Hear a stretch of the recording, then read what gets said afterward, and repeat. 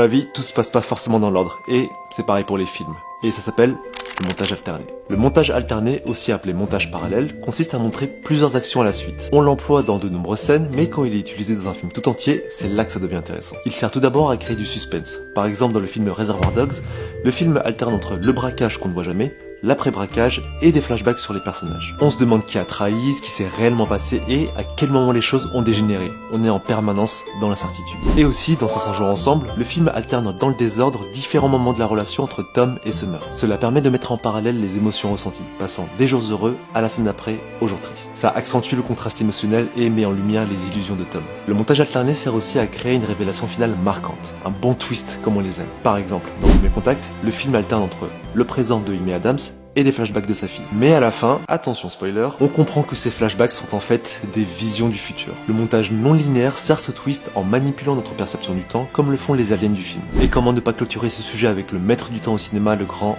Christopher Nolan. J'aurais pu vous parler de Inception, Dunkerque, Memento ou du Prestige, mais je préfère vous parler de son tout premier film que vous connaissez sûrement pas, Following. On y suit un jeune écrivain sans inspiration qui va commencer à suivre des inconnus dans la rue par curiosité. Un jour, il est repéré par Cobb, un cambrioleur qui l'entraîne dans ses effractions, non pas pour voler, mais pour perturber leur vie privée. Le récit est découpé dans le désordre sans repère. Cela reflète la confusion et la perte d'identité de l'écrivain qui ne sait plus ce qui se passe. Le spectateur, comme lui, est perdu jusqu'à la fin où tout prend son sens. Et bonne nouvelle, il est disponible gratuitement sur YouTube, donc n'hésite pas à aller le voir et à me dire ce que t'en as pensé.